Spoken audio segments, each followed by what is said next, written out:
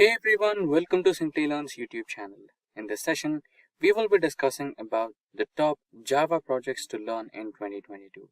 But before we begin, let me tell you guys that we have daily updates on multiple technologies. So, if you're a tech geek in a continuous hunt for latest technological trends, then consider getting subscribed to our YouTube channel and don't forget to hit that bell icon to never miss an update from Simplilearn. Now, without further ado, let's get started with today's topic, that is the top Java projects.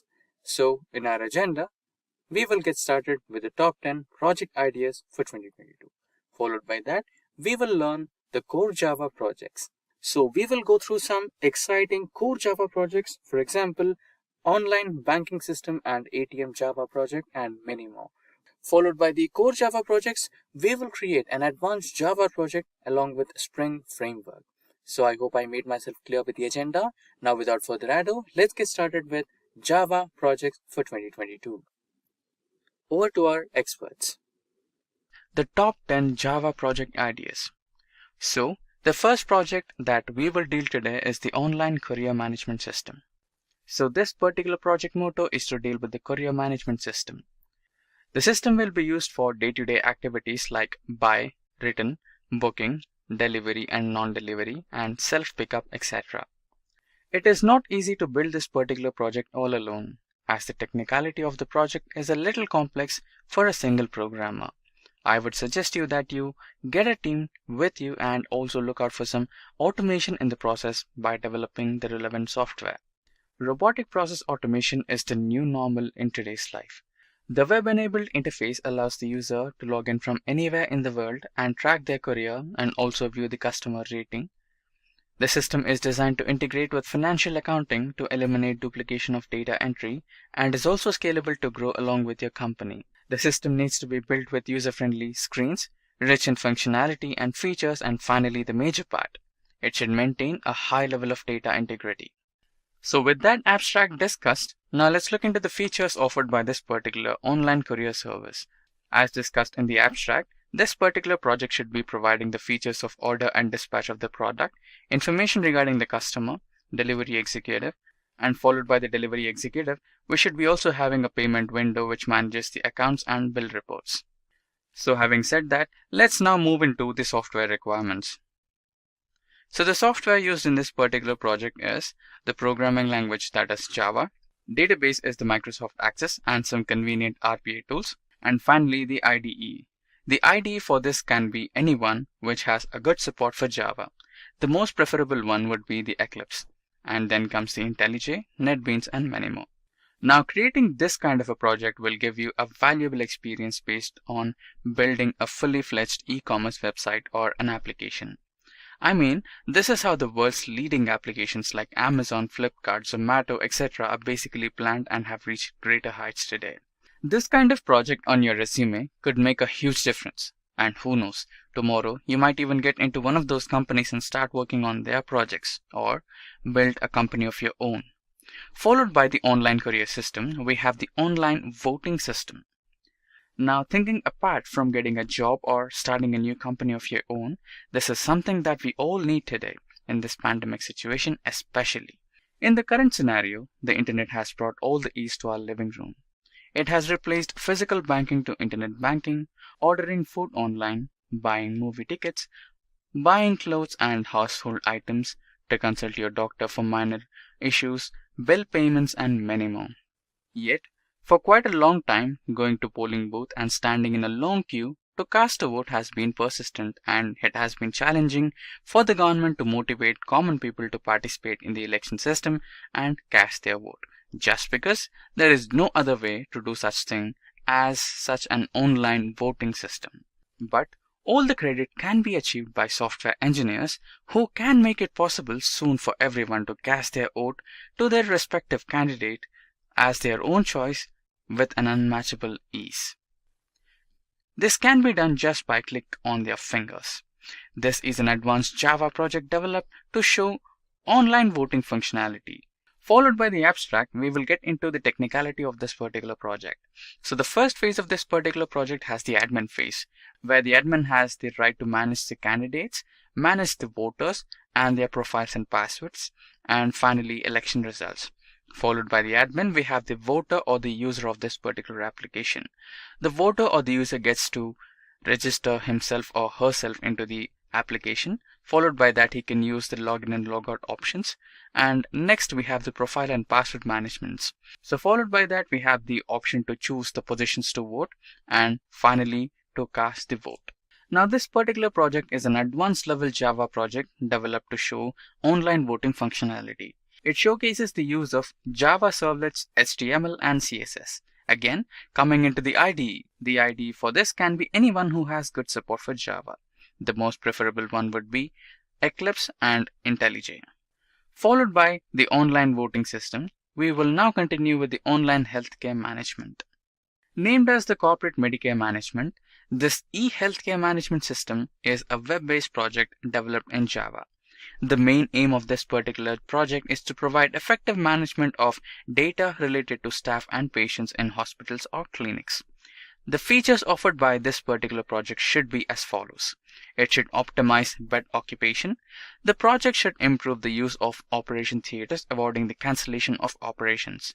To know how much emergencies affect the administration of the hospital departments or services which include cancellation of operations. To optimize the allocation of human and material resources to wards and shifts. To detect the influence of certain diseases in the hospital services, and finally to find clusters of patients. The software requirement for this particular project are as follows. We need DHTML for the front end and Java as the programming language, and data mining tool which is Weka, and Oracle for the database, JavaScript for the scripting language, and finally Tomcat as our server. The e-healthcare management system is a web-based application that assists the management of staff, doctors and patients in an easy, comfortable and effective way. Here, the concept of data mining plays a vital role to develop an effective healthcare management system. The proposed application aims to create a friendly working environment for any healthcare centers to overcome the drawbacks in the existing system of healthcare management. This system is very reliable and flexible from all aspects, so new features and modules can be easily integrated into the system in the future. Followed by the e-healthcare management system, we have a new normal, online banking. Not interesting and arousing for a normal person, but for a hardcore programmer, it is as exciting as a roller coaster ride in an amusement park. Because this is how the major national and multinational banks implement their banking facilities in a wide range so that their customers could experience the ease of banking at their fingertips. One such type of project on your resume could bring major highlight to the recruiter, especially if the recruiter is from a banking or financial based company. Online banking system project is a model internet banking site. This project should enable the customers to perform basic bank transactions by sitting at a corner of their home or office through a phone or laptop. The customers can access bank's website for viewing their account details and perform the transactions on account as per the requirement. Bank employees can log in and add customer and account information to perform transactions with internet banking. With internet banking, the brick and mortar structure of the traditional bank gets converted into a click and portal mode, thereby giving the concept of virtual banking a real shape. Thus, today's banking is no longer confined to branches. E-banking facilities banking transactions by customers round the clock globally. The features you can offer through this particular project are homepage for online banking site, creation of new accounts, login and logout, manage profiles and passwords, view the balance of the account, deposit the amount into the selected account, withdraw amount from the selected account, transfer the amount from one account to another, close the account. So the software requirements for this particular project are Java programming language and JavaScript for scripting language, and Oracle for database, and Tomcat for server. So followed by the online banking project, we have the online examination project. Online exams are normal for us nowadays, but this is totally limited to high-end exams like CET, GRE, CAT, etc. The requirement for this particular project is increasing day by day because of the current scenarios. Many schools and colleges have now turned towards the online education system and are looking forward to hosting online exams for student safety. Online examination is a simple project developed to provide an online platform for faculty and students to conduct online examinations and their evaluations. This particular project has two parts. First is the admin part. Admin has the right to add students, create one-time login, adding questions, receive answers, and finally to evaluate. Followed by the first part, we have the second part, which belongs to the students. So the students can log in, update their profile and password, select answers for the MCQs, write answers to questions, and finally closing the session and log out. This particular project can be made a grand success by making use of simple Java servlets and Java programming languages and server like Apache Tomcat. Followed by the online examinations, we have the Smart City. Smart City Java project can be a web-based software developed to store the details of a particular city. The main purpose of the project is to help tourists and other visitors to a city by providing information about hotels, transportation facilities, air ticket booking, shopping details, city news, etc. The Smart City Java project serves the visitors as a guide of the city, and hence the project is called as City Guide Project in Java. Using this project, the details of the city can be accessed from anywhere at any time. The implementation of this city project promotes tourism and business effectively. Hotels can be searched more easily from anywhere. With the help of this online software, students can look out for academic institutes located in the city. You can view the complete map of the city using this project. Followed by the abstract, we have the features of this particular project. The features offered in this particular project are login, update profile and password, search for the options, select an option like booking a ticket or hotel or anything like transportation, etc. And finally selecting that particular option, booking that option and payment window. Finally, the confirmation of the order. This particular project can be fulfilled by using the following software tools as mentioned below. They are the Java programming language, Tomcat server, scripting languages like JavaScript, etc., and database as Oracle for interactive data storage. This could be escalated to another level by following. Design drones that can act like a cop, act as a tourist guide for the people touring the city, a drone that has capability to take pictures, videos of suspected activities and store it for future reference. A drone can intimidate a cop if any suspected activities are detected. There can be many drones in the city with different functionalities, and finally, you are required to implement the functionality of the drone to the users to interact with the drone. Users could be travelers or cops or travel agents or cab agents.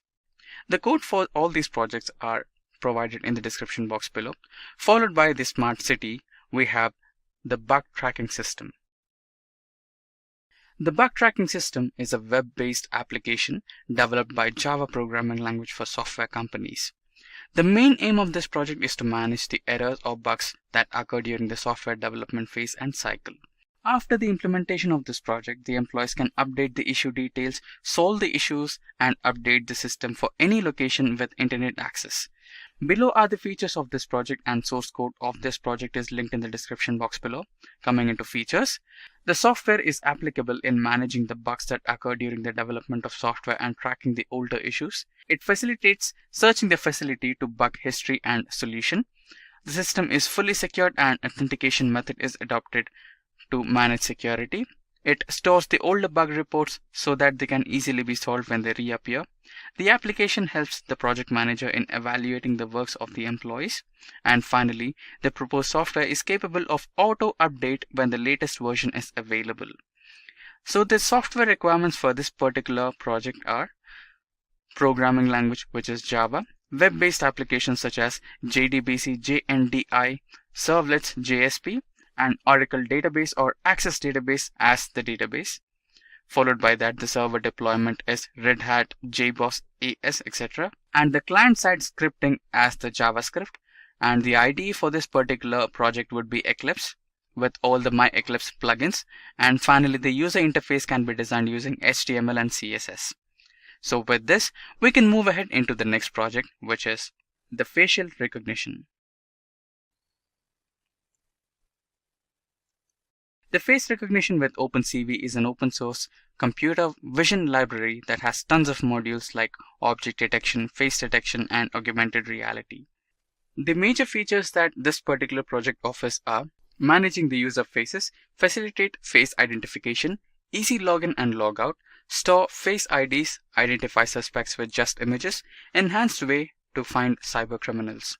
So followed by the features, now we should look into the software requirements to build this particular project. So the programming language we need for this particular project is Java, and followed by the programming language we need the Apache Ant framework, Ming W64, and finally the CMake framework. So followed by the facial recognition project, we have the next project, which is the vehicle recognition. So Java ANPR is a number plate recognition software which implements algorithmic and mathematical principles from artificial intelligence, machine vision, and neural networks. So the features offered by this particular project are high-level language for numerical computation, interactive environment for iterative exploration, mathematical functions, built-in graphics, functions for integrating MATLAB, and many more. So this particular project can be fulfilled by using OpenCV and Java programming language along with some natural language processing algorithms. So followed by vehicle recognition project, we have our last project, which is the speech recognition system. So speech recognizer converts audio to text. Java x.speech.recognition package defines the recognizer interface to build speech recognition plus a set of supporting classes and interfaces. So the features or stages in this particular project are to create a speech recognizer, allocate resources, load and enable grammar, attach result listener, commit changes, and finally provide the process results. So this particular library is readily available in Java, and you can code this project using the Java programming language and an IDE such as Eclipse. So in this session, we are going to focus on a particular project. And the project we are going to focus is about an ATM application. So you might have interacted with different ATM stores in your cities where you go in, you insert your card, you enter your PIN, and then you can view the balance, you can withdraw some amount, you can also deposit some amount from the ATM. So we will try to look at it from that perspective, and we will see what kind of different Java and OOPS concepts we can use to build such ATM application. This is not a super versatile application, but this is just to give you the idea of how to use those OOPS concepts to build a simple or a complex Java application. So let's start from the options menu class, because that will give us the understanding of what kind of functionality I'm using. And here you will use that I'm using different concepts which I have taught you so far in this particular series. So for example, we are using the IO exception, we are using the hash map class, we are also using a scanner class, which is used to take input from the command line. So this option menu class is extending the account class, and I will come to the account class in a while, but let's see what this option menu class is doing. This particular class it is using a decimal format money format class, which is to denote what kind of format of money you have. Then we have a hash map, which is storing the couple of records of account number to PIN mapping. So we create a map, and inside the get login method, we add couple of entries to the map. Here, the first entry, the first integer is pointing to the customer number, and the second integer is pointing to the PIN of the account of this particular customer number. So if we call the get login method, this method will insert the data. After that, it will ask the customer to enter the customer number, which has to be one of these two. If you provide any other value, then there should be a logic in the application to reject the input. So whatever customer number the customer inputs, we pass that inside this particular method called set customer number. Again, I will come back to that. And once you have provided a valid customer number, then this method is going to ask you to enter a PIN number. And remember, I told you this is the customer number to the PIN number mapping. So whatever customer number you select from here, you will be providing the corresponding PIN number. And again, if you provide an invalid PIN number, you will get an error. So that will all happen inside this try block. And If you enter any invalid characters in the PIN number or the ATM customer number, then you will get an exception, which I am writing inside the catch block. This is all what we have seen so far. After the successful enter of the customer number and the PIN number, I fetch those values from these two methods. Again, I will talk about what these methods are doing. And again, I'm doing some basic validation checks, but things get interesting in this method. So what we covered so far was the get login method. Let me close this method here. So we covered the get login method. The second method, which is defined in this particular class, is the account type. So here we will ask once the customer has provided the customer number and the PIN number, we will ask the customer to provide the account type. This application supports two different account types, which are checking account or a savings account. So the customer has to choose one of them. Again, we will be taking the input from the command line using the scanner class. And then I'm using a switch case.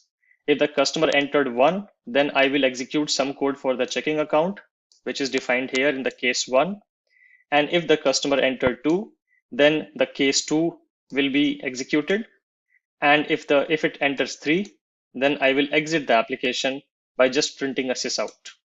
So here I'm using the switch case construct to provide different options to the customer. There's also a default case specified here, which says invalid choice. So this is what is happening in the get account type method. The next method is if the customer has used the option 1, then we call the get checking method. So let's go to the get checking method, which is the next method which is defined in this particular class. So if the customer has selected a checking account, then we provide the following functionality to the customer, which is the customer can view the balance, customer can withdraw the funds, customer can deposit the funds to the checking account, or they can just exit the application. And again, I'm using a switch case here. Based on the customer types 1, 2, 3, or 4, the corresponding case block will be executed. For example, if the customer wants to view the balance, then this block will get executed, and I call the get account type method. If the customer selects the 2 as the withdraw fund, then get checkings with withdraw input method gets called, and then get account type gets called. Similarly, if the customer enters 3, then we deposit the fund. And for that also, I have defined a method. I will go to the definition of these methods as we go along, but right now we are just building the framework. So the get checking deposit input method will be called whenever the customer selects the option 3. And for option 4, we just exit the application. So this is what is happening in the get checking method. Now, if from the account selection, if the customer selected second option, which was savings account, then we were calling get saving method. So this is where the get saving method is defined. And again, it is following the exact same format as we saw in the get checking method, where we present the following options like viewing balance, withdrawing the funds, and depositing the funds in the savings account. And I have some methods defined here. For example, get saving withdraw input, get saving deposit input. So we define the switch case here based on the customer's choices here. And that is what is happening in the get saving method. So let me close this method as well.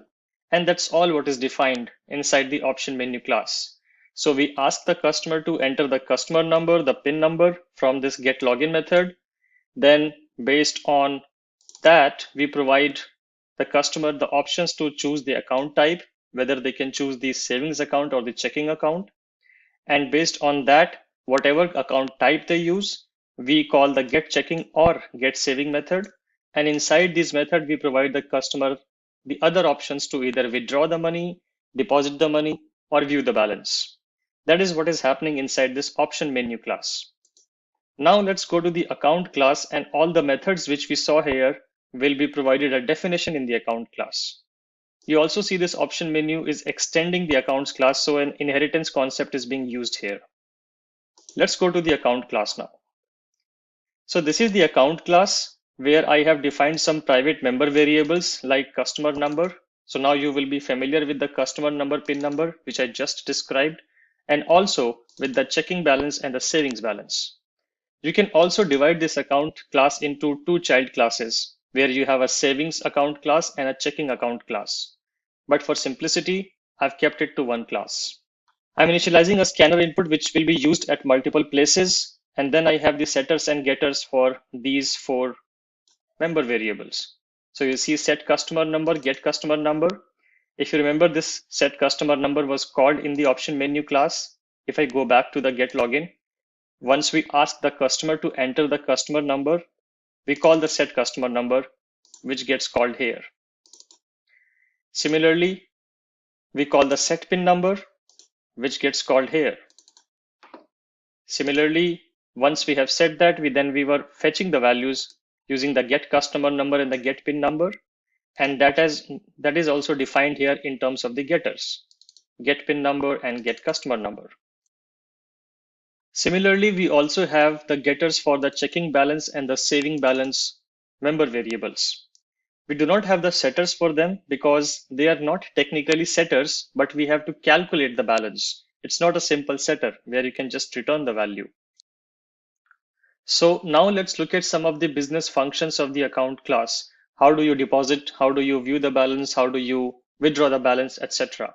So you see these two methods, which are specifically when the customer is trying to withdraw the money from their account.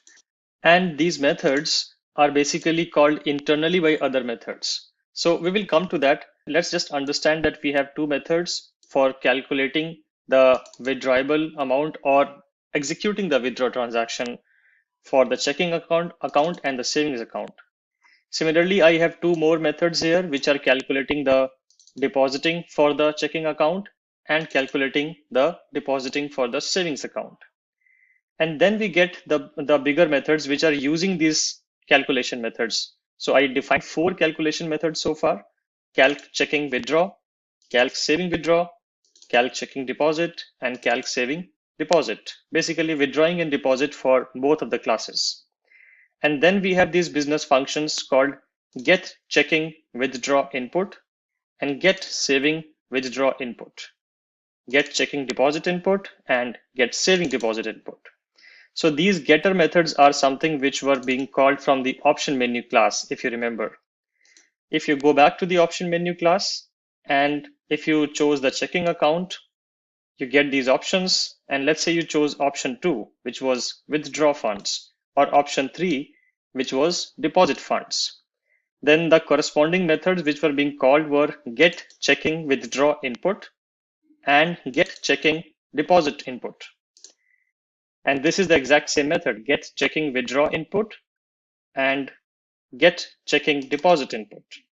So if you see what is happening inside this particular method is a couple of sysouts. Then we take the scanner input amount and we convert that amount to the double. After that, we check if the amount which the customer wants to withdraw is smaller than the checking balance or not. And I'm running this condition to check that. If the amount is smaller than the checking balance, then we call the calc checking withdraw method, which was defined right here. Remember, I told you that these four calc methods will be used, and this is how they are used. So here I'm actually subtracting the value. So whatever amount the customer wants to withdraw, subtract that from the main balance and then return the new main balance. That's what you do, right? If you have 1,000 rupees and if you want to withdraw 500, you subtract 500 from 1,000 and then you send back the remaining balance. So that is what is happening when we call this method, and then we print the new checking account balance. That is what is happening in the get checking withdraw input method. Similarly, if you chose option 3, which was depositing funds to the checking account, then get checking deposit input gets called, and it is defined right here, get checking deposit input. And here, instead of subtraction, we are doing the addition. So here I'm again doing a condition check that the current balance plus the new amount which has been supplied by the customer from the command line, the total sum of it should be greater than 0. What if the customer entered an amount minus 5,000? I should not allow that. So that's the reason I'm putting this condition in place. And if the current balance plus the new amount which is supposed to be deposited to the account, the sum of it is greater than 0, then call the calc checking deposit method. And this is where the calc checking deposit method is present, and where I'm just doing present balance plus the new amount and returning the new balance. That's all which is being done here. And you will see exactly similar logic running for the savings account as well. If you look at the get saving withdraw input, which is used to withdraw money from the savings account. So I take the input from the command line and I run a condition check that the amount which the customer wants to withdraw should be less than the current saving account's balance. If yes, then call calc saving withdraw method, which is defined here, where I subtract the amount from the current balance and I return the new balance. And similarly, you will see the exact same functionality in the get saving deposit, where we add the money instead of subtracting the money. And this is all what is defined in the account class. So we talked about the option menu class, we talked about the account class, and now we have the ATM class, which is the entry point, which basically initializes the option menu class and calls the get login method. Remember, get login was the first method which asked you to provide the customer number, and then get login called the method to choose the account type, and the account type methods then called the method to choose the option to withdraw, deposit, or exit. So now we have built a fair understanding of what is happening in this application. So let's run this application. So I just ran this application, and let me bring the console here. It's first asking for a customer number. So I will go to the option menu class and I will pick up one of the customer number which I have hard coded here. So I will provide that customer number and hit enter. Then it asks me for the PIN number. So remember, you have to provide the correct PIN number corresponding to the customer number. So I'm taking this PIN number, just copying it and pasting it here. Then this whole code got executed, and then it called the get account type, and the get account type method provided you with these options, which you see here on the screen. So based on what you select, the case block will get executed. And let's say I want to go for a checking account. So I press 1 and I hit enter. Once you select the checking account, the case 1 gets selected and it calls the get checking method. And the get checking method again provides you with another menu, view, withdraw, or deposit, or exit. So let's say I want to deposit funds. So I press 3 and hit enter. It says the current balance is 0 and enter the amount you want to deposit. Let's say I want to deposit 500 and I hit enter. You get the message saying the new checking account balance is 500 and you have successfully deposited the money. And that is what I did for the checking account. Now let's try to withdraw something from the checking account. So you again get back the same option, because inside the get checking method, we call once we have successfully done the business operation, we again call the account type method to display the menu again to the user.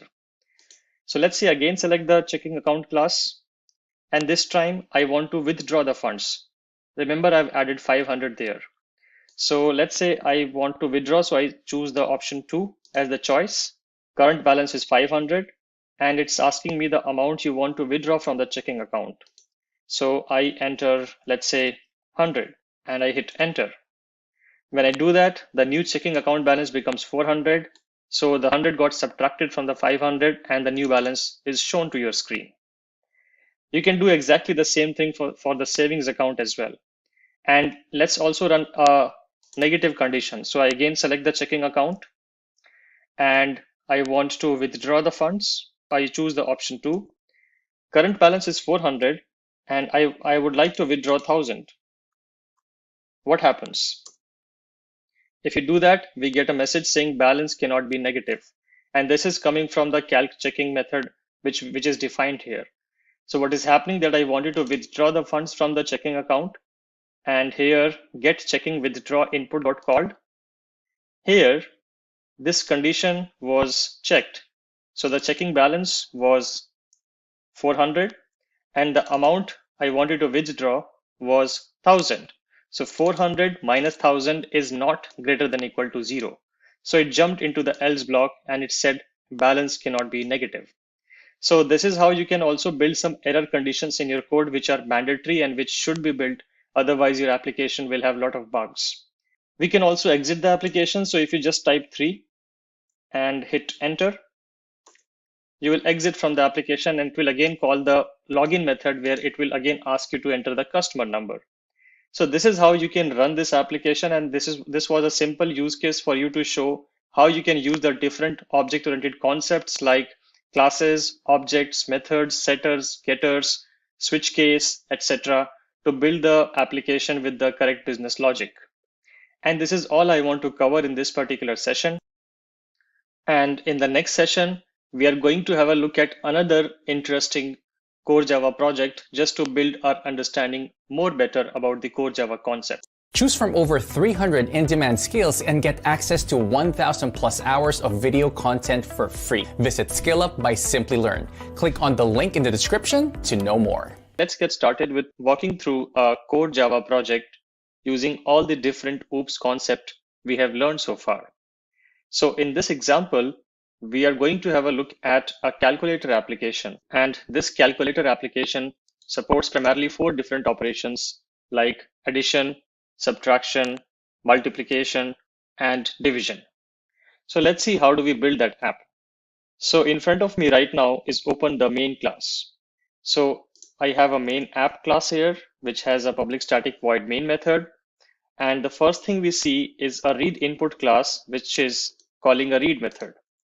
So if you go to the read input class, it has a simple static method here, which is the read method, and it is using the scanner class. If you remember, I talked about the scanner class, which is used to take inputs from the command line from the user. So we initialize the scanner class and we start taking the inputs, and whatever the user inputs in terms of the expression, let's say the user entered 4 plus 5 or whatever, that whole expression gets sent back into this input line as a string. And that comes back here in the input expression. Once we have captured the input expression, the next thing we do is divide the input expression in the numbers and the operators. Basically, an expression would be either something like 4 plus 5 into 3 divided by 2, let's say. Let's say the user entered this expression. So this has either numbers or operators. So that's what we are doing here. We are using the split method of the string API, the string class basically. And this split method is going to split the numbers and operators into 2 different string arrays. And here I'm providing the split expression that split at every time you encounter one of these symbols. So this, when you execute this particular statement, it is going to return a numbers array, which will be created based on this expression. So you will get an array with 4, 5, 3, and 2. And similarly, in the operator array, you are going to split or pick out the elements every time you receive a number. So this operator array is going to hold this plus sign, this multiply sign, and this divide sign. Hope you get the understanding that we are just splitting the whole expression into 2 different arrays, where first array is holding only the numbers and no mathematical expressions, and second array is just holding the mathematical operators and no numbers. And we'll see why we need to do that in the upcoming lines. Once I've created this string array, I just want to store or convert these string arrays into a queue. So I convert this array into a list by calling the array.asList. So this expression is going to return a list. And then I'm going to convert this normal list into a linked list, and then going to store this linked list into the queue of numbers. And I'm going to do exactly the same thing for the operator array as well, converting this into a generic list, converting that generic list into a linked list, and then storing this linked list as a queue. So I have an operators queue and I have a numbers queue. Both of them have been stored into a queue now. And then I'm using the poll method. If you remember, the poll method of the queue is used when you want to fetch the first front element, the head element of the queue. So whichever element is sitting at the head of the queue will be taken out the moment you call the poll method. So I fetch the first number from the numbers queue. So in this case, 4 will be fetched here in this variable. And after that, I run a loop on the numbers q. And I'm going to run this particular loop till this particular q is not empty. If you see, there's a negation here. So I'm going to pick up numbers one by one from this numbers queue till the number q becomes empty. And inside the loop, I do the exact same poll operation for the operations queue. So this operations queue is holding all these mathematical operations like plus, star, and divide. So I'm going to pick the head of it. So in this case, plus will be picked up and will be stored in this variable called OPR.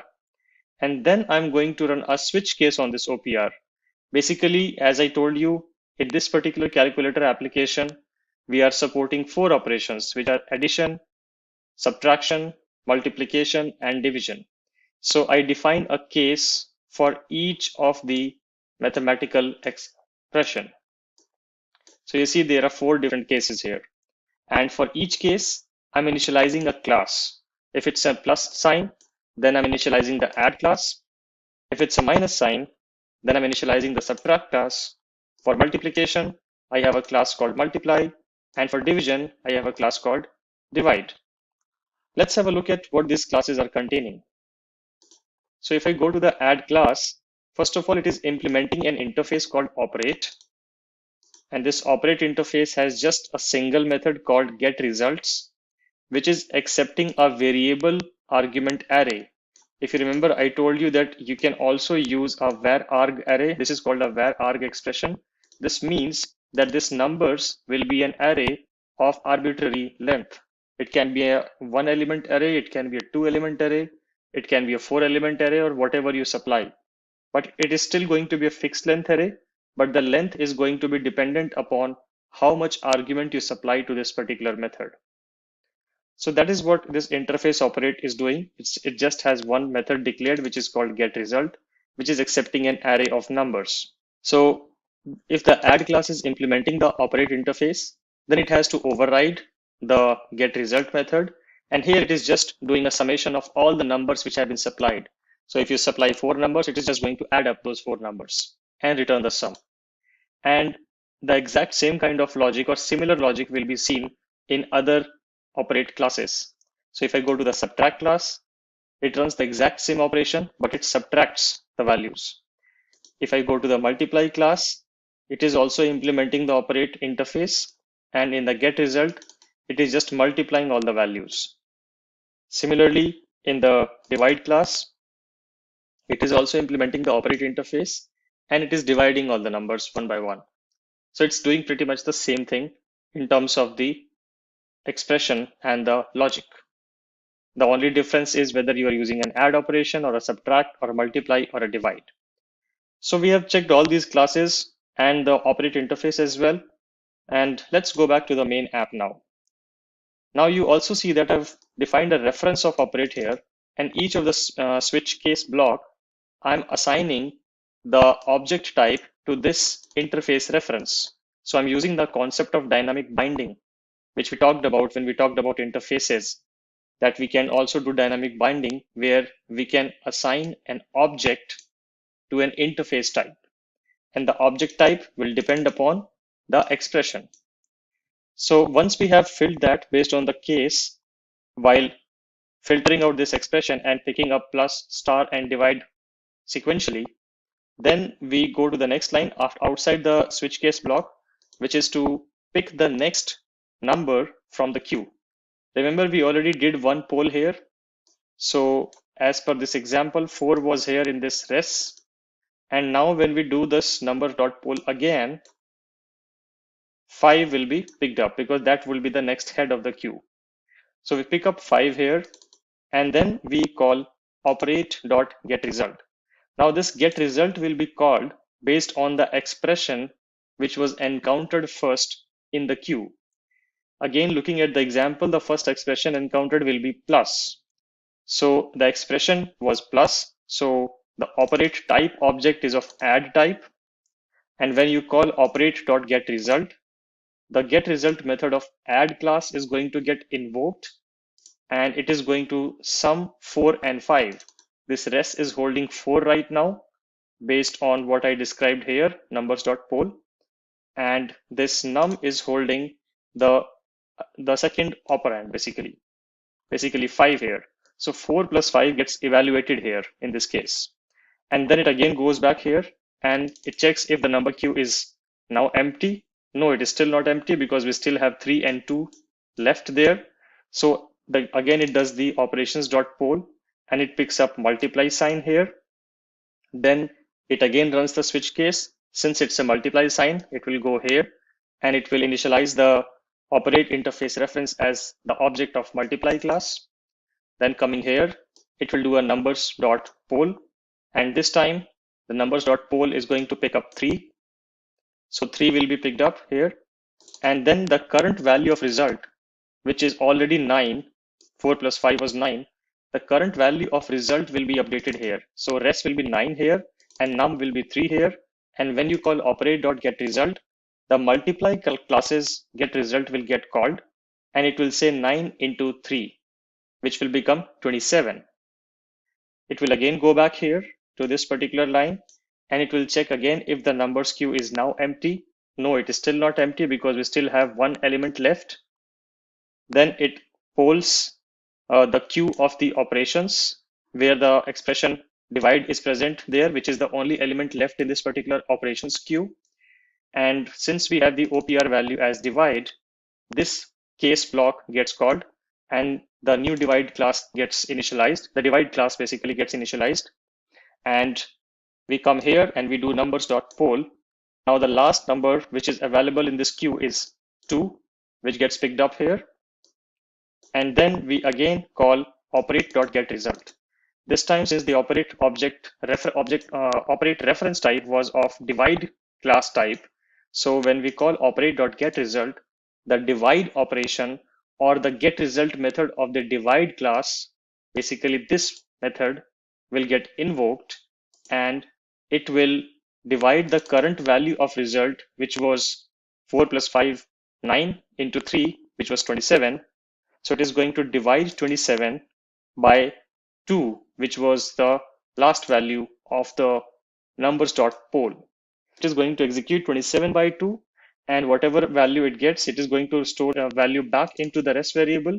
And then it is again going to go back here and again going to check the condition if the numbers queue is not empty, but now the numbers queue is empty because 2 was the last element.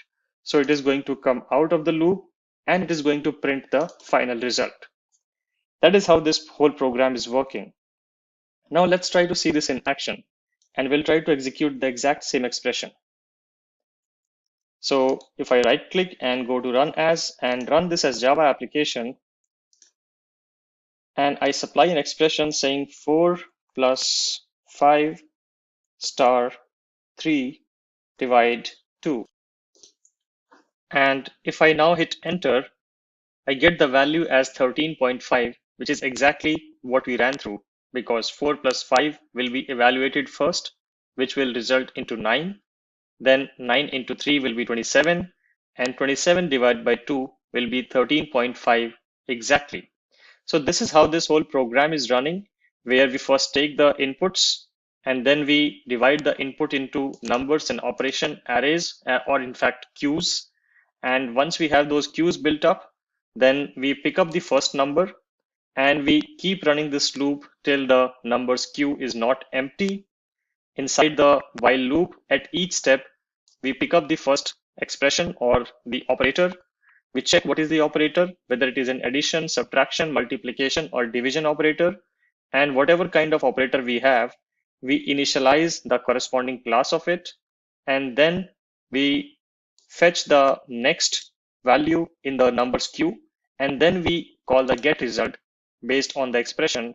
And whatever result we get from the get result, we store it back into the rest variable. So we keep updating the rest variable at every step.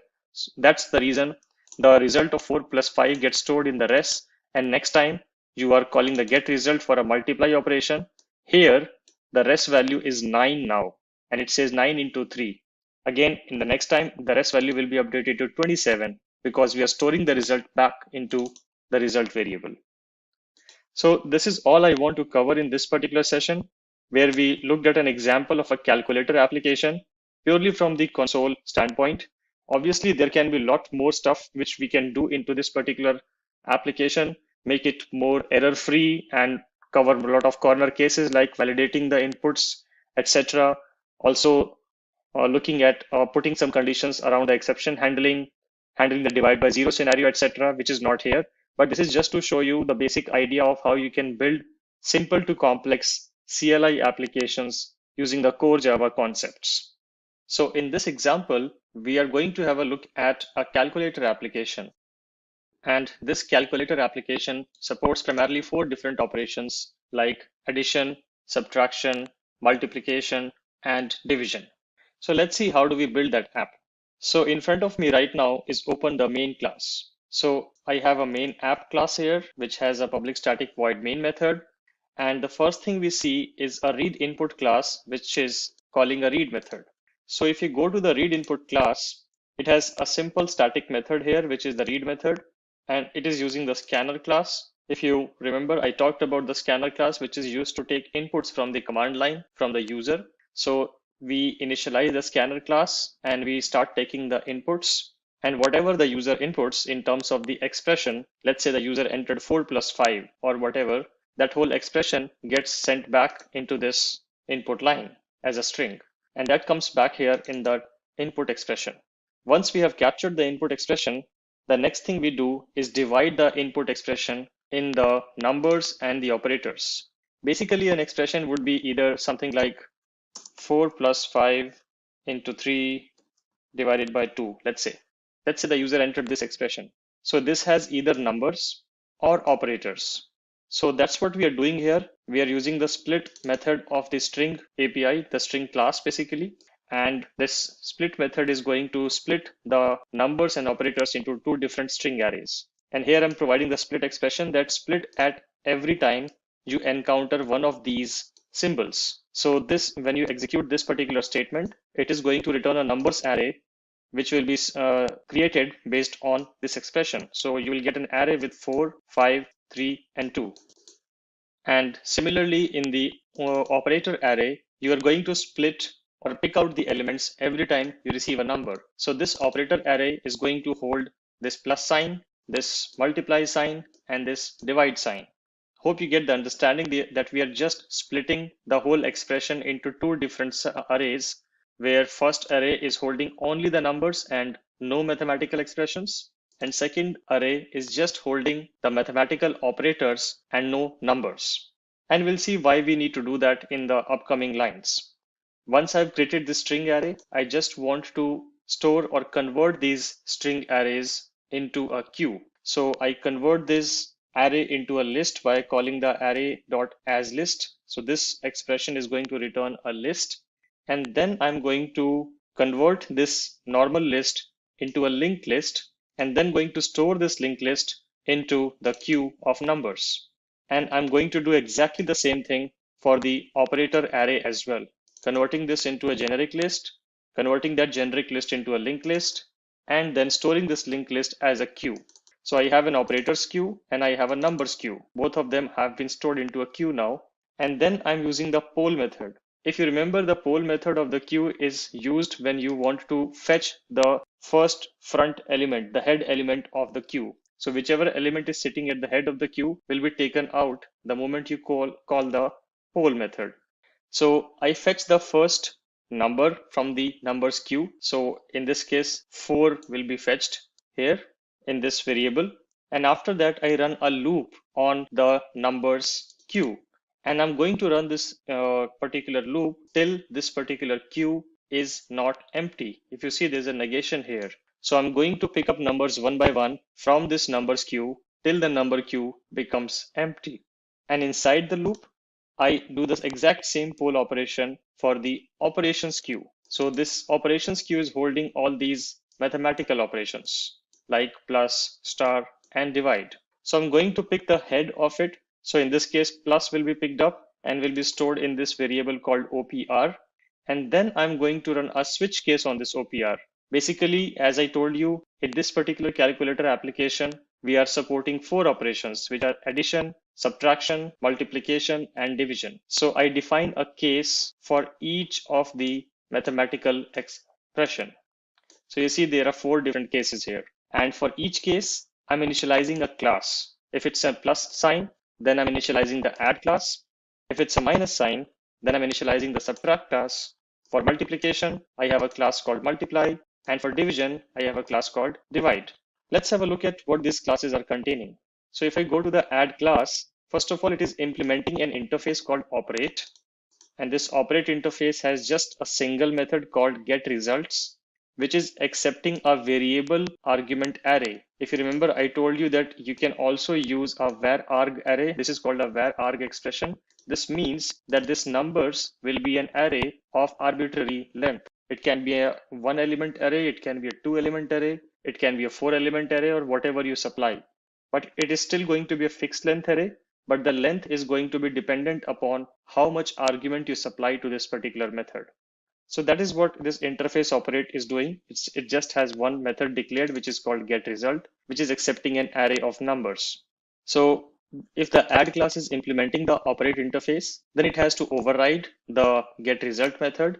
And here it is just doing a summation of all the numbers which have been supplied. So if you supply 4 numbers, it is just going to add up those 4 numbers and return the sum. And the exact same kind of logic or similar logic will be seen in other operate classes. So if I go to the subtract class, it runs the exact same operation, but it subtracts the values. If I go to the multiply class, it is also implementing the operate interface. And in the get result, it is just multiplying all the values. Similarly, in the divide class, it is also implementing the operate interface, and it is dividing all the numbers one by one. So it's doing pretty much the same thing in terms of the expression and the logic.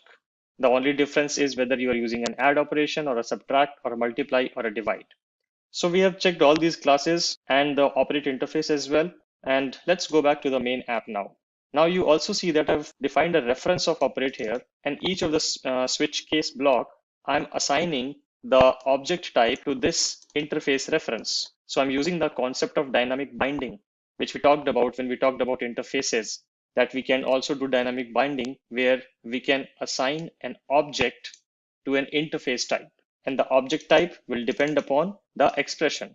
So once we have filled that based on the case, while filtering out this expression and picking up plus, star, and divide sequentially, then we go to the next line outside the switch case block, which is to pick the next number from the queue.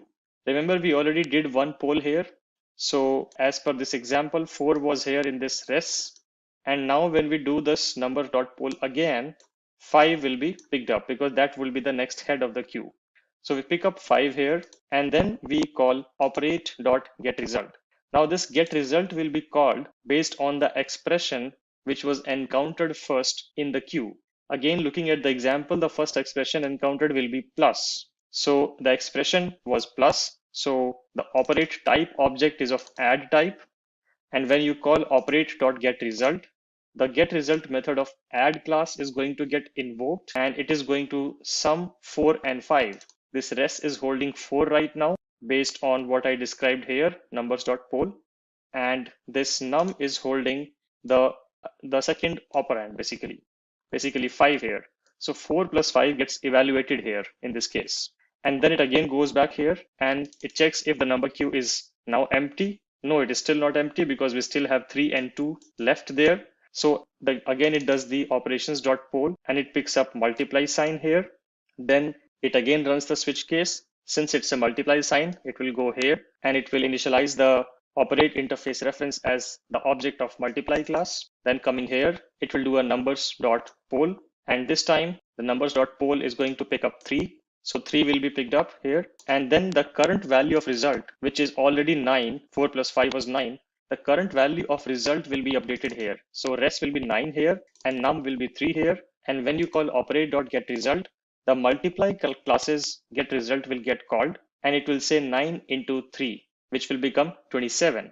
It will again go back here to this particular line and it will check again if the numbers queue is now empty. No, it is still not empty because we still have one element left. Then it polls the queue of the operations where the expression divide is present there, which is the only element left in this particular operations queue. And since we have the OPR value as divide, this case block gets called and the new divide class gets initialized. The divide class basically gets initialized, and we come here and we do numbers.poll. Now the last number which is available in this queue is 2, which gets picked up here. And then we again call operate.getResult. This time, since the operate operate reference type was of divide class type, so when we call operate.getResult, the divide operation or the getResult method of the divide class, basically this method will get invoked and it will divide the current value of result, which was 4 plus 5, 9 into 3, which was 27.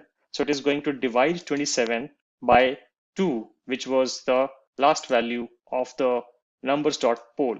So it is going to execute 27 by 2, and whatever value it gets, it is going to store the result value back into the rest variable, and then it is again going to go back here and again going to check the condition if the numbers queue is not empty, but now the numbers queue is empty because 2 was the last element. So it is going to come out of the loop and it is going to print the final result. That is how this whole program is working.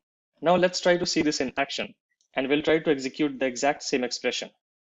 So if I right click and go to run as and run this as Java application, and I supply an expression saying 4 plus 5 star 3 divide 2.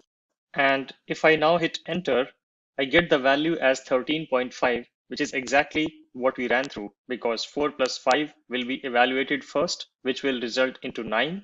Then 9 into 3 will be 27, and 27 divided by 2 will be 13.5 exactly. So this is how this whole program is running, where we first take the inputs and then we divide the input into numbers and operation arrays, or in fact queues. And once we have those queues built up, then we pick up the first number and we keep running this loop till the numbers queue is not empty.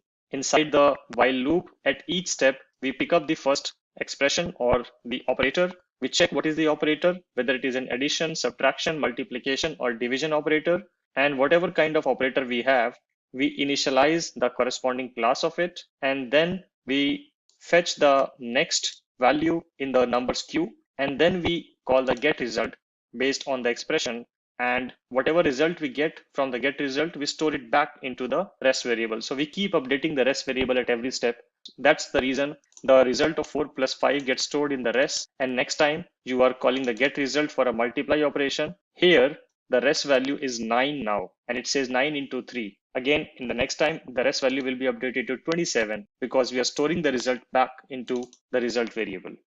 So this is all I want to cover in this particular session, where we looked at an example of a calculator application purely from the console standpoint. Obviously, there can be a lot more stuff which we can do into this particular application, make it more error-free and cover a lot of corner cases like validating the inputs, etc. Also, looking at putting some conditions around the exception handling the divide by 0 scenario, etc., which is not here. But this is just to show you the basic idea of how you can build simple to complex CLI applications using the core Java concepts. Let's get started with Spring Boot and how we can build a simple application using Spring Boot. Before we go further, let's understand why we need Spring Boot. And the basic idea of Spring Boot is to build RESTful web services. If you want to know more about what are RESTful services, please, you can read about the RESTful concept. As a concept, what does REST stand for? But the basic idea is that if you are accessing anything over HTTP, then that particular component can be built as a RESTful component. And Spring Boot is the most popular choice for building RESTful web services today. And even in fact, microservices, which you might have heard about. So you can build microservices which also run on HTTPs using Spring Boot.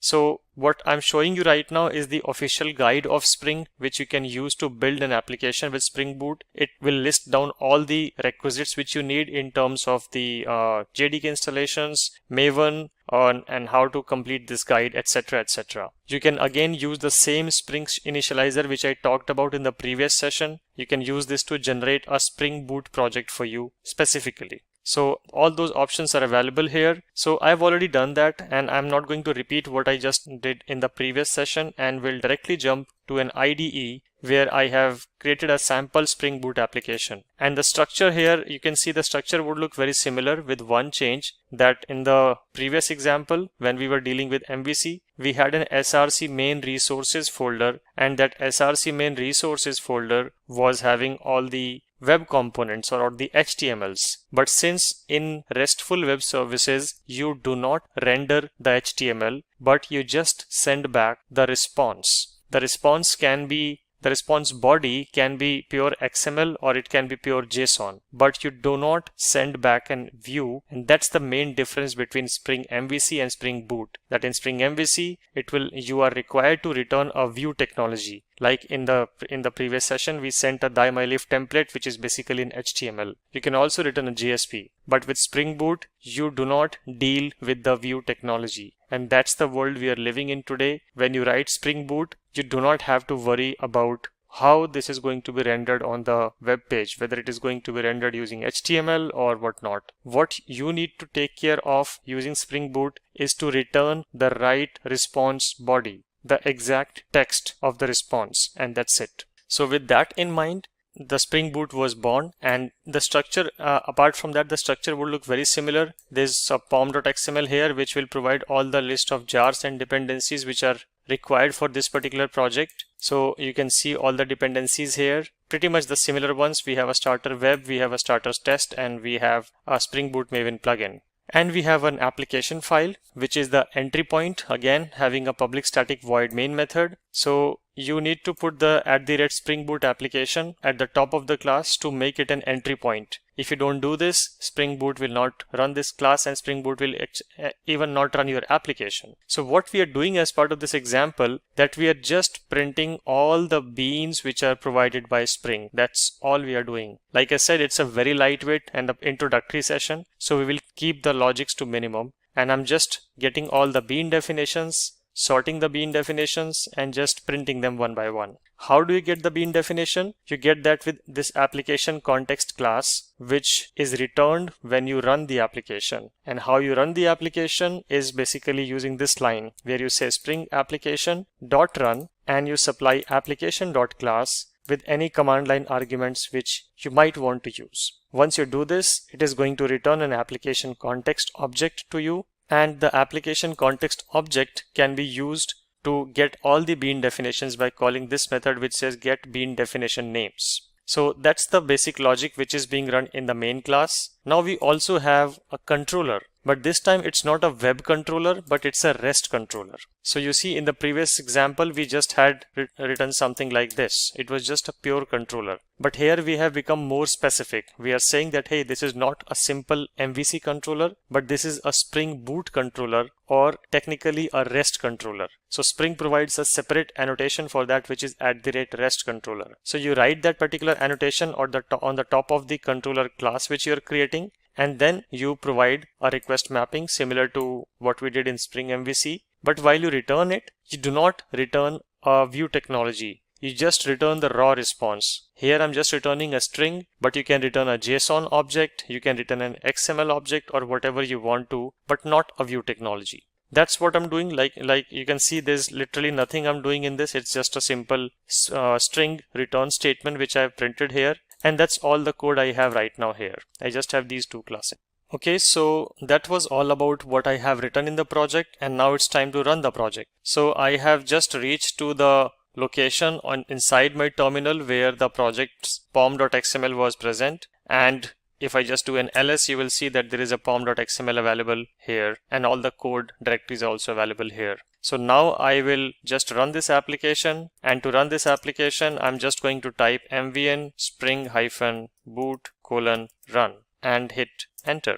Once I do that, the Spring Boot application is going to get started. And let's go back to the controller and actually the main endpoint and see what we were doing there. I did a sysout here which said let's inspect the beans provided by Spring Boot, and then I was printing all the bean names. And if I go back to the output, I will see the same line being written here, which was around let's inspect the beans. So you can see that message which says let's inspect the beans provided by Spring Boot, and then all the beans which are available in the application context are printed here. So that's the basic idea which I want to give you, that you can actually build a Spring Boot application and you can write your REST controllers, return a string body from it, and once this is run, then you can also run your application from the web browser as well. So let's try to hit that particular URL which I wrote here. So the URL of hello country.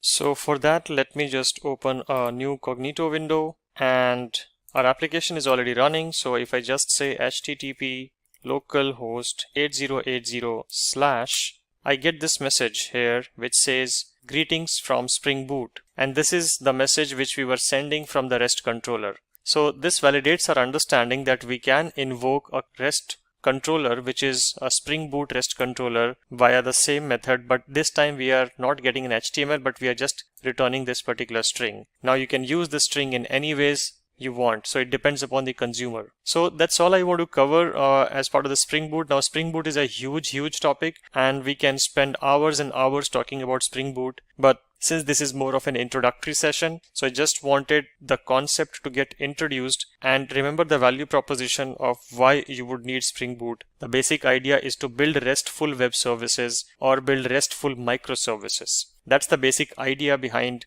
using Spring Boot in your applications. And also remember the difference between Spring MVC application and Spring Boot application. Spring MVC is for building web application. Spring Boot is for building RESTful applications which might not have a web interface integrated with them at that moment. Let's get started with our demo of a project which is using Spring Boot to build a RESTful web service. So a RESTful web service is nothing but any endpoint which you can access or you can consume the data from via an HTTP layer or via simply a web layer, because most of the web traffic which we deal with is built on HTTP. So to take an example, if you go to any website where you sometimes see on the top right corner, you see today's weather. So how is that today's weather coming in? It's coming in via a REST web service. The website which you are accessing is basically hitting an HTTP endpoint, which is where the weather application is sitting, and it asks for the weather data, and the REST web application just returns the data, and that's how the website is able to show you the current weather. So RESTful web services are everywhere, and they are the most popular way to build applications today, where you just build your RESTful web service and you expose an HTTP URL. And then the consumers need to just access that HTTP URL to consume the data from your application. And you see, this makes it very easy because there is no data type restrictions. There is no tight coupling here. It's just an HTTP endpoint. So that's the basic idea. And we will look at a project where we will be using Spring Boot to build a RESTful web service. And then we will try to run that web service to save some data and also to return some data. So here on the package explorer, you see I have created a project called REST service. And let's just walk through the structure of it, and then we'll go into the details of it. So we have an src main Java where I have a package, and I have a bunch of classes here. And before we go to the classes, let's first also access the dependency file, because every project needs some dependencies, some jars to execute it. For example, Spring itself is basically a jar. So you need to include the Spring jar in your project so that your project can become a Spring project. And there are generally two dependency tools. One is Maven and one is Gradle. In this particular project, I am using Maven dependency tool for downloading and managing the dependencies which are needed to run this project successfully. And the way you will find if it's a Maven project or if it's a Gradle project, for a Maven project, you will see a file called pom.xml. And if it's a Gradle project, you will see a .gradle file. That's how you can spot whether the project is using Maven for dependency management or it is using Gradle for dependency management. So let's open the pom.xml. Since it's an XML file, it will be a bit verbose, but if you just read it piece by piece, it will become easier to understand. First of all, since this is a Spring project, I need to include the parent dependency, which brings a lot of good defaults, sensible defaults from Spring Boot automatically. And this is the jar name. This is the artifact ID, which is Spring Boot starter parent. So any Spring Boot project you are starting, do include this parent. This parent is basically bringing all the dependencies from some other jar, and you can make your project as a child of this particular parent. So all the Spring Boot projects have this as a parent as a standard practice. After that, you provide your own details in terms of what is the package name, how do you want to see the jar name, and what is the jar actual name, what is the jar version, etc., etc. You also set the minimum required Java version to run this application. And then in the dependency sections, you provide all the jars which you need to run your project successfully, both compile and run your project successfully. So we added the Spring Boot starter web dependency, which basically brings all the dependencies around making a controller or making a repository, context component scan, all the interesting features which Spring provides get wrapped up inside the Spring Boot starter jar. And you can actually go to the MVN repository and have a look at what all classes it provides. It's a lot of classes. So I'm just telling you in a brief that it provides all the RESTful functionality. Then you have the next dependency as Spring Boot starter data JPA, which is going to enable this project to also have a database. And if it has a database, then you need Java to talk to the database. And the way Spring suggests to talk to the database is via using the Spring Boot Data JPA library. We will see how this library can be used, but basically this provides ways to represent your Java object in the database. And then you need to also add the actual dependency of the database. And in this case, we are using an in-memory H2 database. So I'm not using an external database like MySQL or Oracle or PostgreSQL, because that will just make more configurations more complicated. I just wanted to keep it simple. And generally, in this H2 database, you can easily access by adding this dependency, and it will be an in-memory database created for you. Then I've also added Spring Boot starter test here, which will be used whenever you are writing unit tests, and you must write unit test for your project. And then we need to add the plugin so that Spring Boot can run this project. That's all I have in the pom.xml. Now let's move to the interesting part, the Java section part. Let's start from the main class. So this is how the main class looks like, where you just create any name with the class, and then you add a public static void main method. Inside the public static void main method, you call Spring application dot run.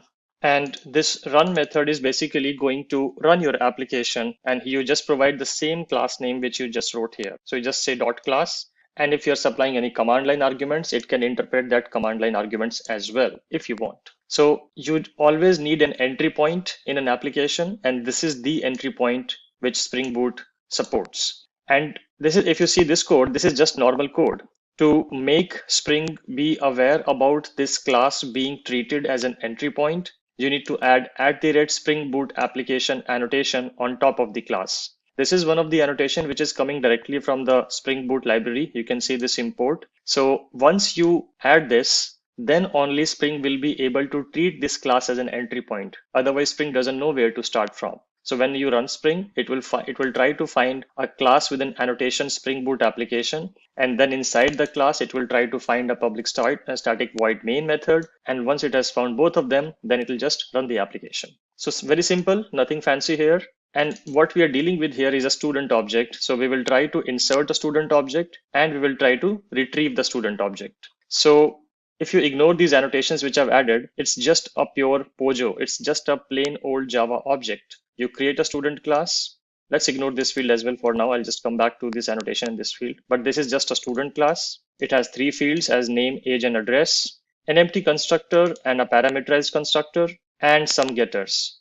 Intentionally, I have removed the setters because generally, whenever you are building any enterprise grade application, you would like to keep your objects immutable. Means once they have been created, you would not like somebody to allow to change the values of the object. This just makes programming much more easy if you treat all the objects in your application as immutable. That's why I have not added setters here. It's just considered a good practice. So apart from the standard things which we have already seen, there are 2 things here which I want to talk about. Let's first talk about this one. So @entity is the annotation which is coming from JavaX persistence entity. And this makes Spring Boot save this particular object into the database. This is the annotation which you need to put on your class so that Spring Boot knows that this class represents a table in the database. So you need to add this to make sure that this represents a table. Second thing, a table will have a ID. It will have sort of a primary key. So I've created a new column called ID, which is basically representing the student's roll number or something, or maybe a registration number. And here I'm using a couple of more annotations If you see, these annotations are also coming from Java X persistence library. And these annotations will basically allow a new ID to be created every time you create a student object. So you don't have to specify the value of this ID variable. Spring Boot will automatically generate a new ID value every time you create a new student object. And how does it generate? You can provide the generation type as well. So currently I've just set it as automatic, but you can set it as identity, sequence, or return or controlled by table. You can also see the explanation of each of these here. But I've just kept it as auto, which basically let the persistence provider pick any appropriate strategy for the particular database. In our case, the database is H2. So that's about the entity class. Let's call this as entity class. Now let's move to the repository.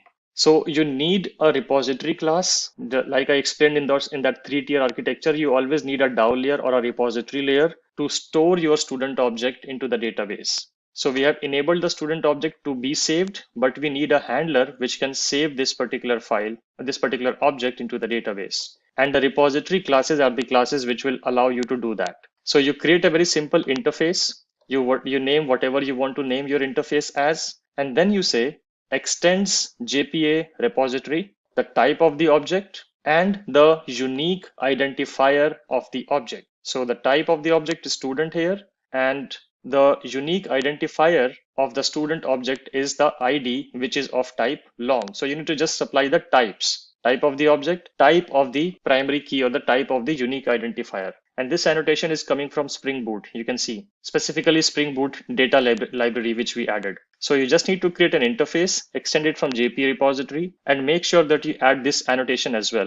Spring heavily uses the concept of annotations, and this will help Spring understand that this is a repository layer class, and it will apply some more metadata to this class while this class is running in the JVM. So what happens here? You just created an interface. You did not provide any method to create or any method to delete or any method to get a student object, because all of that is automatically provided by Spring Boot via the JPA repository class.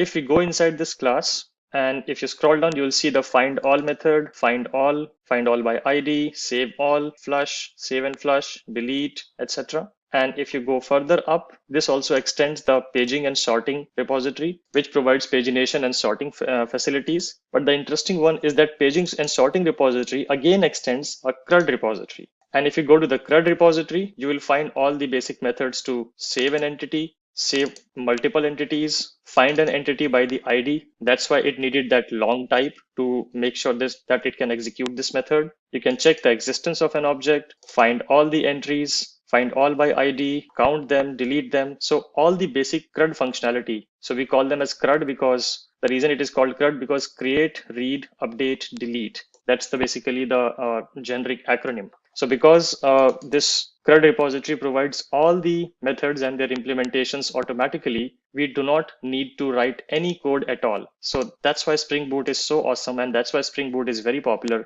because it's zero code in the repository and you still get all the CRUD functionality. So that's about repository. Now we have covered the entity class, we have covered the repository class, we have covered the entry point class. Now the only thing which is remaining is the endpoint, the HTTP endpoint, which I talked about.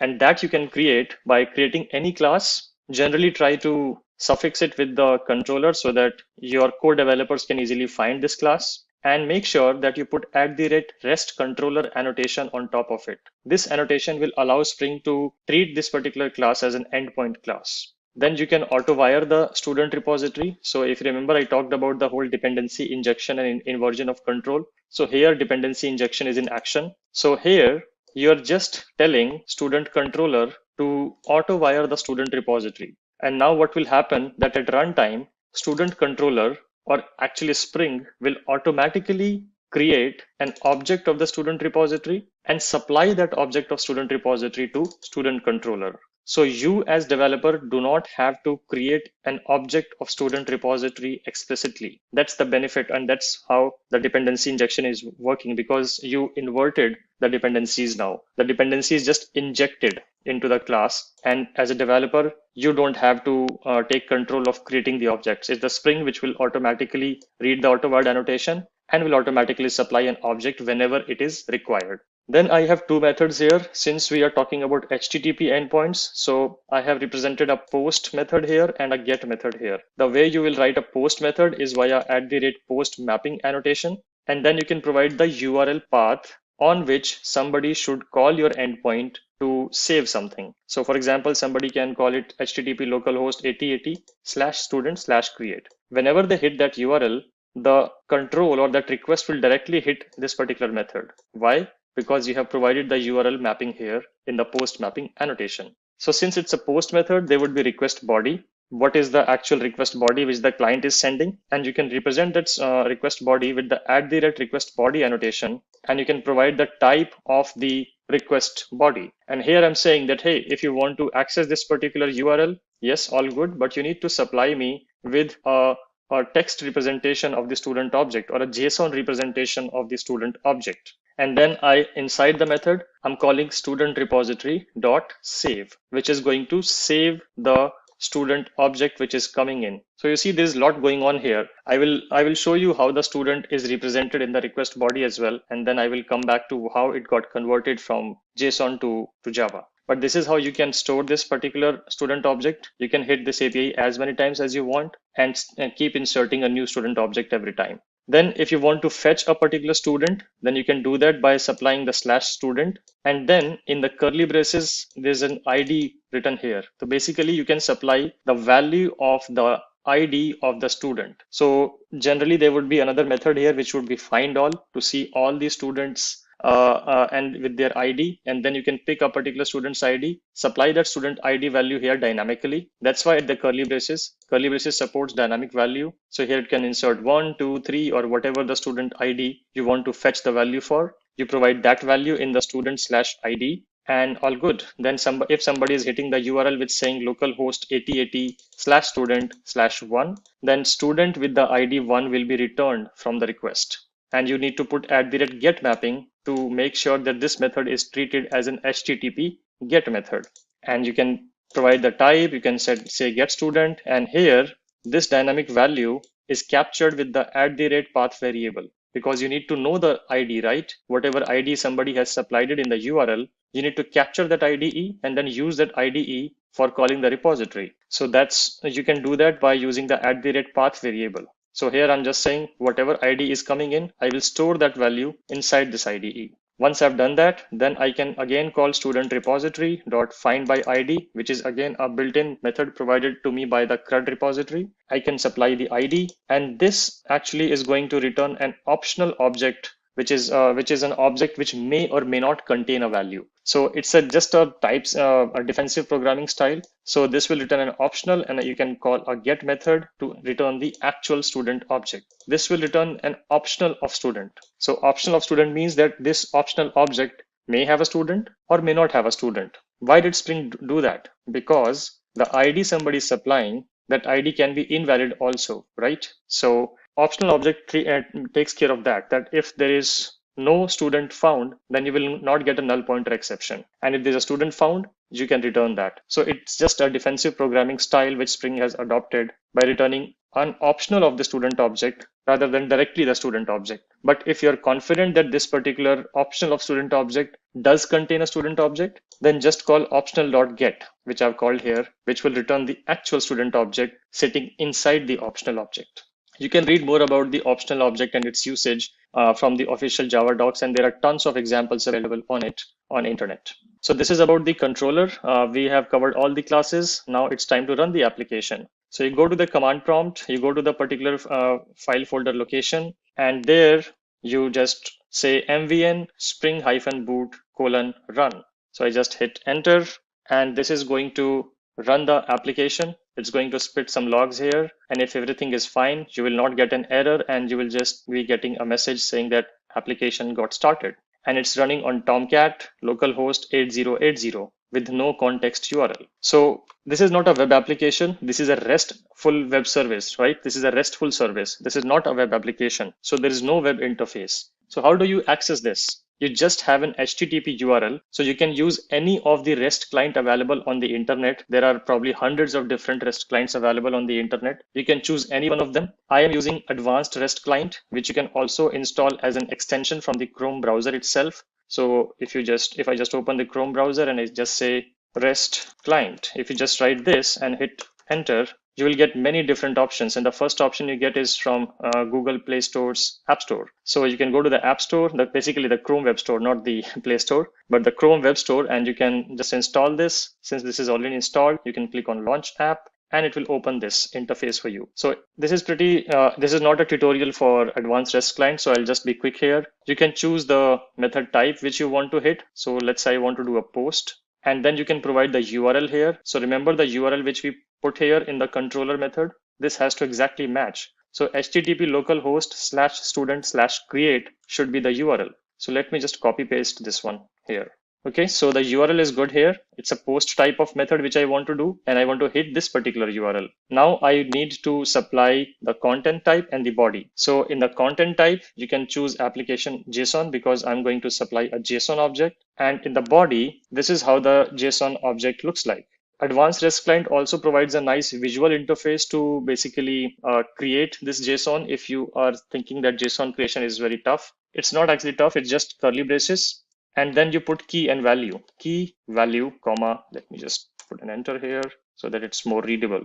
So you just put curly braces starting and end, and then you just put key value. You put a key, which is the variable name and the variable's value, variable name, variable value. And these keys have to exactly match the student's properties. So the student.java had this name, age, and address, right? So it has to exactly match. Otherwise, this request will fail. So this is all good. Now I can send this particular request. When you click send, it is going to hit my Spring Boot application, which is running on localhost 8080. It is going to call the student/create method. It is also going to convert this JSON into a Java object because here I'm supplying a Java object. So it will convert the JSON, which I'm sending from here, to Java object automatically, and it is going to automatically save it here because I've called the repository.save method. So let's hit send here. Once I hit send, I get a 200 OK. It means everything went fine. And in the response header, I get the object back because I have returned the object here. You see, this save method is going to return the same student object which you created. So everything is good here. My object has been stored here. And now it's time to fetch the object. So it has already been saved into the H2 in-memory database, and you can obviously go and connect to the in-memory H2 database and have a look at it. But for simplicity, I'm just going to do this here. And let's say the first object is generally added as the ID1 by default by the H2 database. So let's hit this particular URL. When I hit this URL, it is going to hit the student controller here. And in the student controller, it is going to hit the get student method, which is having a student/ID URL, and it is going to find the database with that ID. And if it finds a student object with that ID, it is going to return that. So let's confirm that now. So let's hit this particular send button, and it is going to hit a get request with this particular URL. Spring Boot is going to find if a student with the ID 1 exists in its database.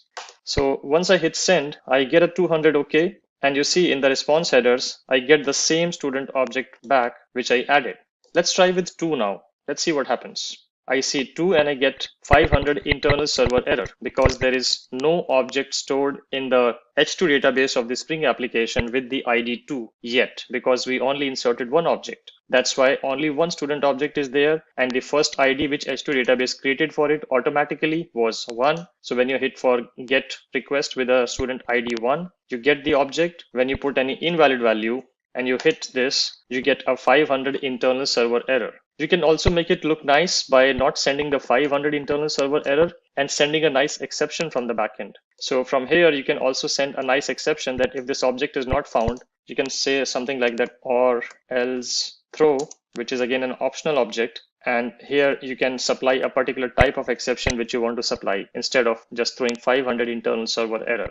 But that's just additional defensive programming you can do. You can add more and more validations and constraints into this project as you build this project in a more complex paradigm. So this is basically what I wanted to show you, that we have created a Spring Boot application. We have connected it to a database. We have created also an HTTP endpoint with student controller. We ran that application. We used any random REST client. In my case, I used advanced REST client. And we first did a post request. we provided the exact URL. The URL has to exactly match with the controller URL. And then the body, the request body also has to exactly match with the student objects property, especially the case of the names have to exactly match. So if all this matches, then you will get a response back that the object has been created. If you want to fetch the value of the object, you're going to use the HTTP GET method, and you again provide a URL which has to exactly match to some method in some controller in the Spring Boot application, which is running on localhost. And if you provide the right ID, you are going to get a valid result. If you provide an invalid ID, you're going to get a 500 internal server error. And from here on, you can make this controller as robust and as mature as you want. You can add a find all method. You can add a update student method. You can add a delete student method. You can have all different kinds of filters. Like, for example, return to me all the students starting with the name A, or return all the first students with the roll number 1 and 100, or between 1 and 100. So you can write as many endpoints as you want and build this application in with as much maturity and as much complexity as you want. Now with that, we have come to an end of this exciting session on Java projects for 2022. I hope you had a wonderful and interesting session. And if you have any queries regarding any of the topics covered in this session, or if you require the resources that we have used in this session, then please feel free to let us know in the comment section below, and our team of experts will be more than happy to resolve all your queries at the earliest. Until next time, thank you, stay safe, and keep learning.